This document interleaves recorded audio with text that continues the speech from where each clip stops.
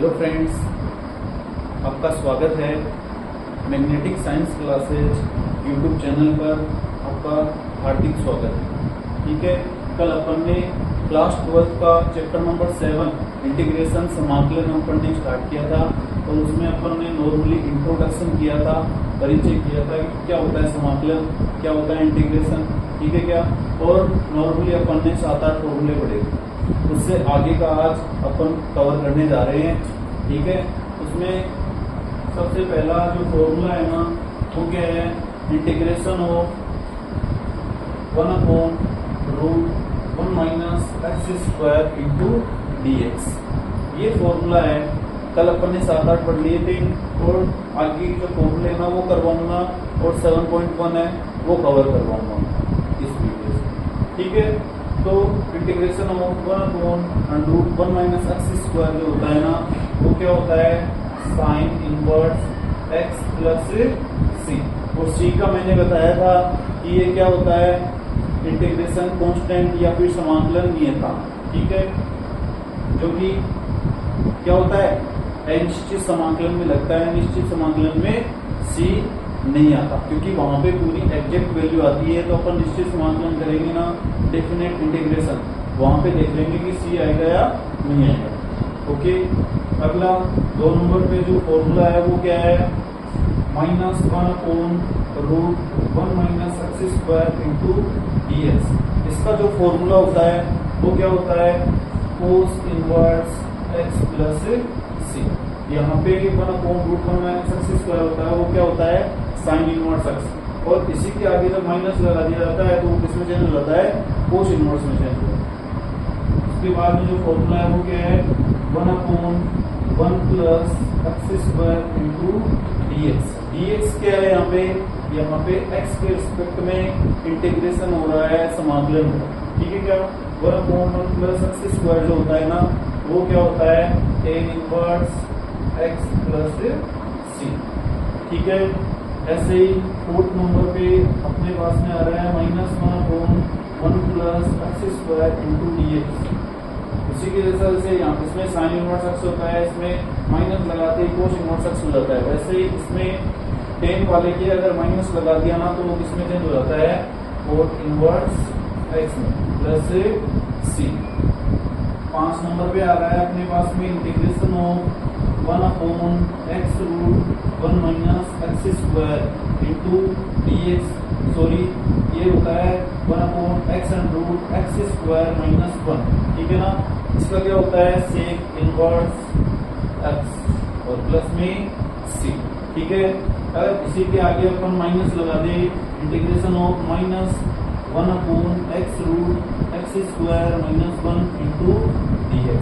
इसका जो इंटीग्रेशन होता है वो क्या होता है, cosec inverse x plus c। ठीक है, कल अपन ने 7-8 लिखे थे, 6 ये हो गए। ठीक है क्या, लगभग 14 हो गए। अब आगे का जो फॉर्मूला है ना वो क्या है, मोस्ट इम्पोर्टेंट है, 1/(x into dx। Integration of 1/x into dx होता है ना वो क्या होता है, log x प्लस c।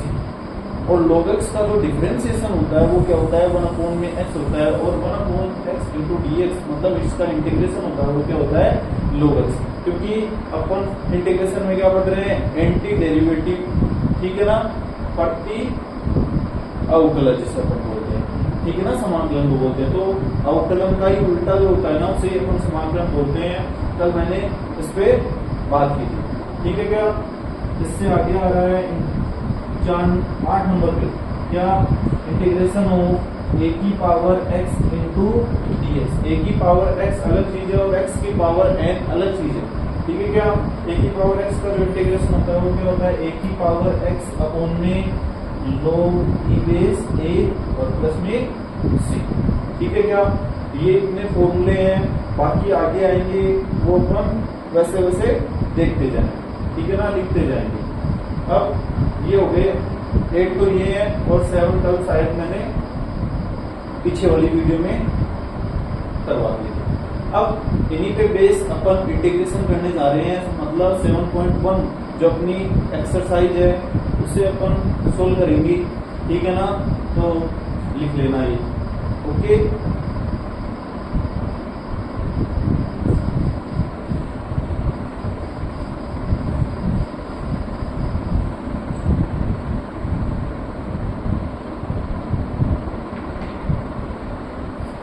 देखना 7.1 का जो पहला क्वेश्चन है ना वो करेंगे अपन। उससे पहले मैं आप लोगों को बता दूं कि अपन ने अभी ये YouTube चैनल स्टार्ट किया है, तो सभी फ्रेंड्स अपने YouTube चैनल को सब्सक्राइब करेंगे और अपनी वीडियोस को लाइक करेंगे, ठीक है क्या। देखो 7.1 का फर्स्ट क्वेश्चन है, क्या बोल रहा है, निम्नलिखित फलनों के प्रत्यवकलज निरीक्षण विधि द्वारा ज्ञात कीजिए। मतलब प्रत्यवकलज का मतलब क्या होता है, समाकलन, इंटीग्रेशन अपने को फाइंड करना है। इंटीग्रेशन पहला दिया हुआ है, इंटीग्रेशन ऑफ आई के इक्वल में लेना होता है, ठीक है क्या। I is equal to integration of sine 2x into dx। सबसे पहले अपन साइन 2x का क्या कर रहे हैं, इंटीग्रेशन कर रहे हैं।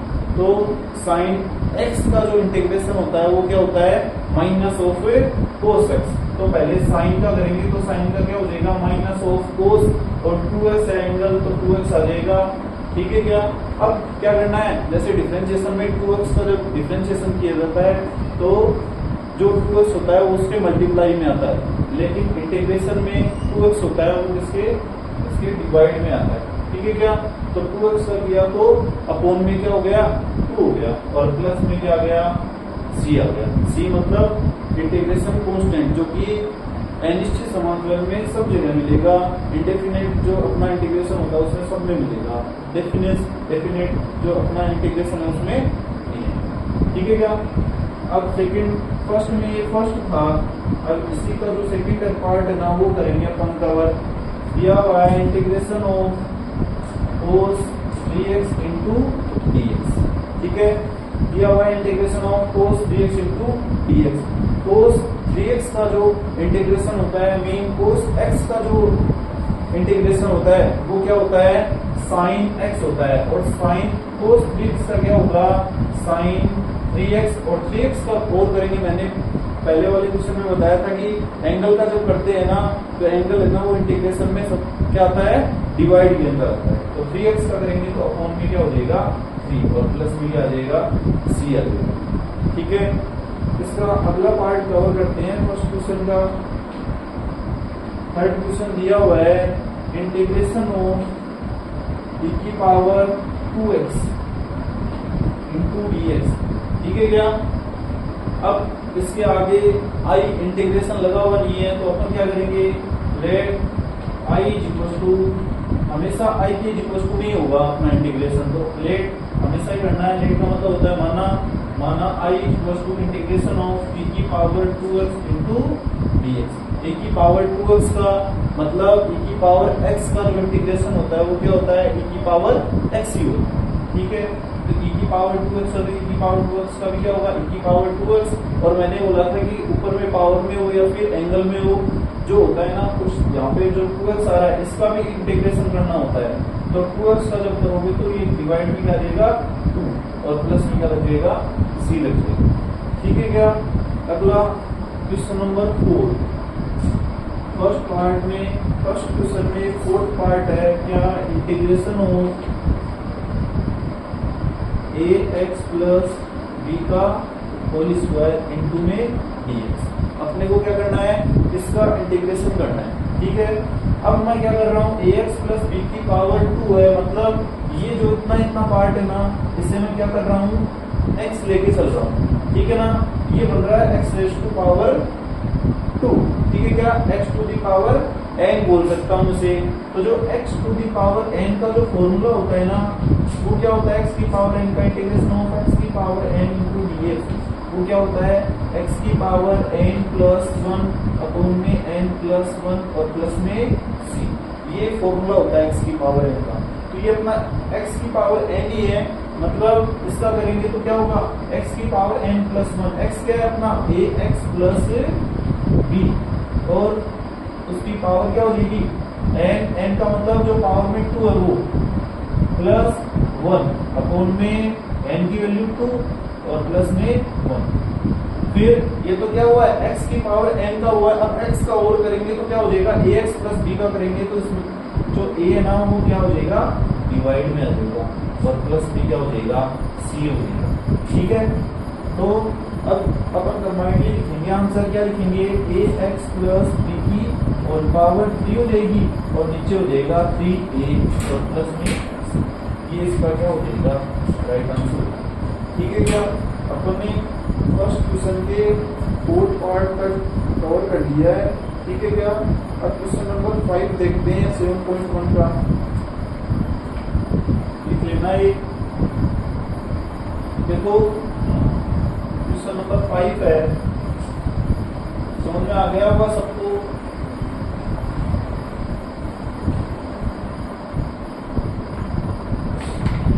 देखो क्वेश्चन नंबर 5 7.1 में 5 का क्वेश्चन क्या है, I integration of sine 2x minus 4 e की पावर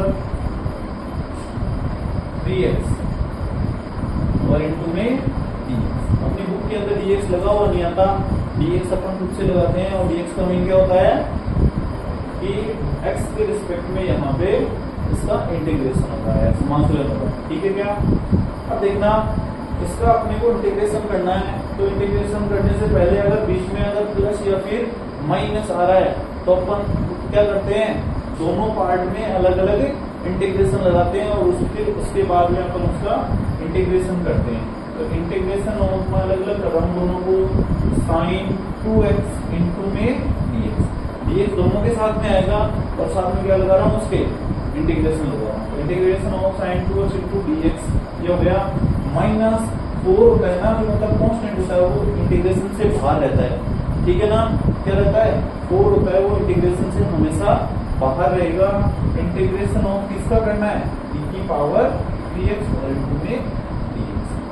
ठीक है, क्या अभी मैंने बताया था थोड़ी देर पहले जो पहले अपन ने क्वेश्चन किया था उसमें साइन 2x था, तो साइन 2x का करने से पहले अपने को साइन x का क्या आना चाहिए इंटीग्रेशन आना चाहिए। तो साइन x का जो इंटीग्रेशन होता है वो क्या होता है माइनस ऑफ कोस x और अपन साइन 2x का कर रहे हैं तो इसका क्या हो जाएगा माइनस ऑफ कोस 2x और 2x का जो इंटीग्रेशन करेंगे तो इंटीग्रेशन में जो 2 होता है ना कांस्टेंट जो भी अपनी वैल्यू होती है वो क्या होती है डिवाइड के अंदर आती है। तो 2x का करेंगे तो अपन में 2 और माइनस 4 तो सेम का सेम अब करना किसका है e की पावर माइनस 3 e की पावर 3x का। ठीक है, e की पावर 3x मतलब e की पावर x का e की पावर x ही होता है इंटीग्रेशन। तो e की पावर 3x का क्या हो जाएगा e की पावर 3x और 3x का करेंगे तो अपॉन में 3 और प्लस में c। अब कंबाइनली जब आंसर लिखेंगे तो क्या लिखेंगे minus of cos 2x upon में 2 माइनस 4 अपॉन में 3 e की पावर 3x प्लस c, ये इसका क्या हो जाएगा राइट आंसर होगा। ठीक है, नेक्स्ट क्वेश्चन देखते हैं अपन।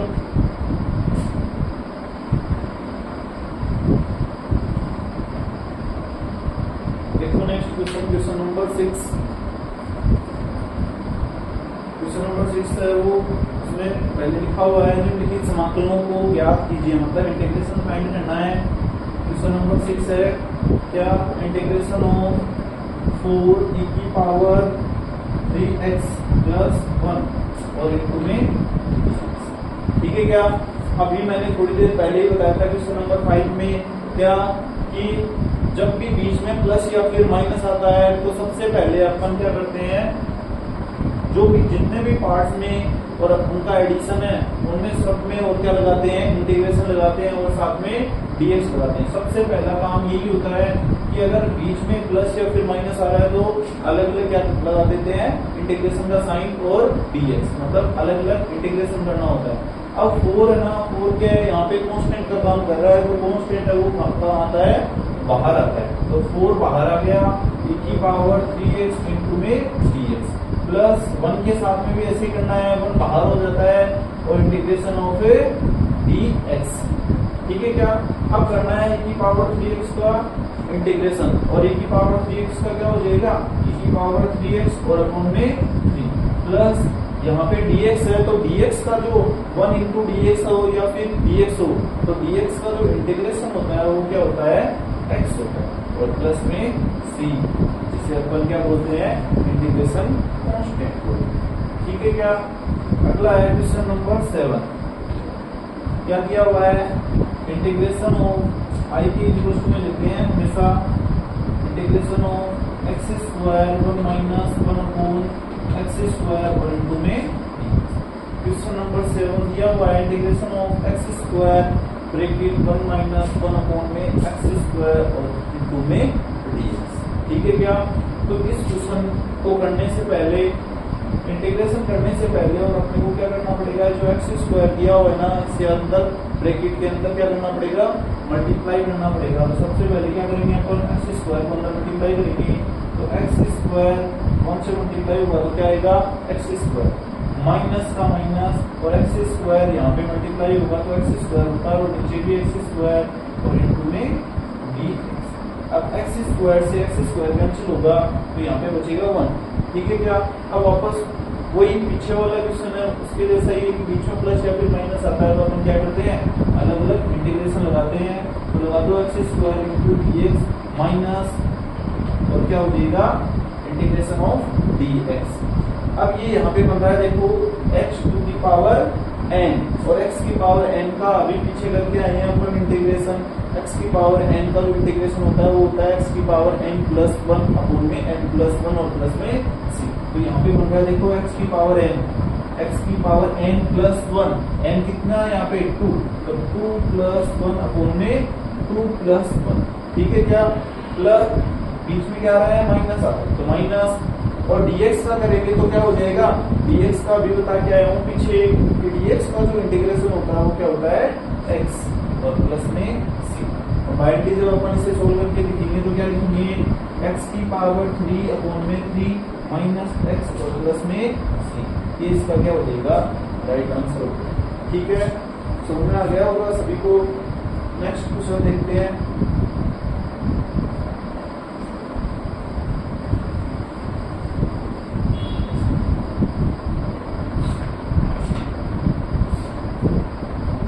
क्वेश्चन नंबर 8 क्या दिया हुआ है, integration of a x square plus b x plus c और इनटू में dx। ठीक है क्या। दिया हुआ है 8 number question, integration of a x square plus b x plus c का इंटीग्रेशन करना है अपने को। तो कैसे करेंगे, वही सबसे पहले प्लस या फिर माइनस दिया होता है तो सबसे पहले क्या करते हैं, अलग अलग इंटीग्रेशन लगाते हैं। तो लगाओ integration of a x square into में dx plus integration of b x into dx plus integration of c into में dx। ठीक है क्या।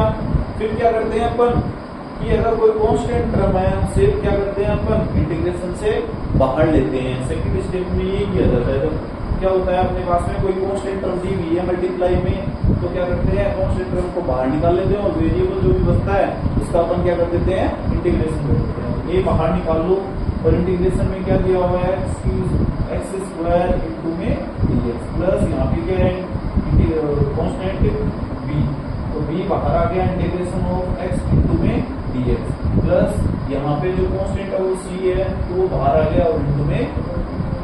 ठीक है क्या। सबका क्या करना है, इंटीग्रेशन करना है। सब में क्या होगा, x की पावर n, जहाँ पे भी x की पावर n बनेगी क्योंकि पावर में क्या है 1 है, तो लगाओ x की पावर n का जो फॉर्मूला होता है, इंटीग्रेशन होता है वो क्या होता है, x की पावर n प्लस 1 अपॉन में n प्लस 1 प्लस में c। लगा दो क्या हो जाएगा a, और इसका करेंगे x की पावर 2 प्लस 1 और वो क्या होती है x की पावर 3, तो नीचे भी 2 प्लस 3 मतलब 2 प्लस 1 मतलब 3 हो जाएगा। ठीक है क्या। प्लस b और x की पावर 1 है तो x की पावर 1 प्लस 1 मतलब 2 और नीचे भी 2 प्लस c और dx का जो इंटीग्रेशन होता है वो अभी बताया क्या होता है, x प्लस में c। ये इसका क्या हो जाएगा, राइट आंसर हो जाएगा। ठीक है क्या, समझ में आ गया होगा। नेक्स्ट क्वेश्चन देखते हैं, question number 9।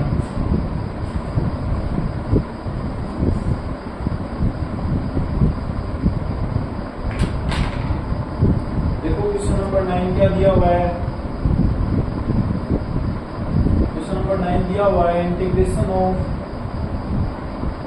2x² plus e की पावर x और इंटू में dx। ठीक है क्या? ये दिया हुआ है तो सबसे पहले वही करेंगे अपन, क्या बीच में प्लस और माइनस देखेंगे कि अगर बीच में प्लस और माइनस है तो अपन क्या करते हैं, सबसे पहले अलग अलग करते हैं। तो अलग अलग करते हैं, इंटीग्रेशन ऑफ 2 है वो कांस्टेंट है तो कांस्टेंट होता है वो बाहर लेते हैं। 2 integration x² into dx plus integration of e की पावर x इंटू में dx।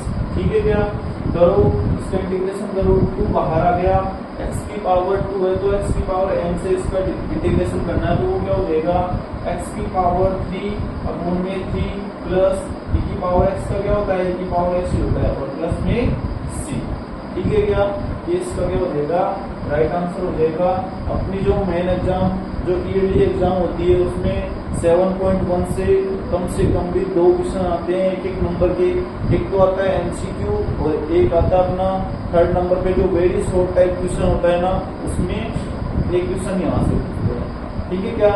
टोटल 2 नंबर का पूछते हैं और 7 का जो चैप्टर है ना वो टोटल कितने नंबर का है अपना, टोटल जो मार्क्स है अपने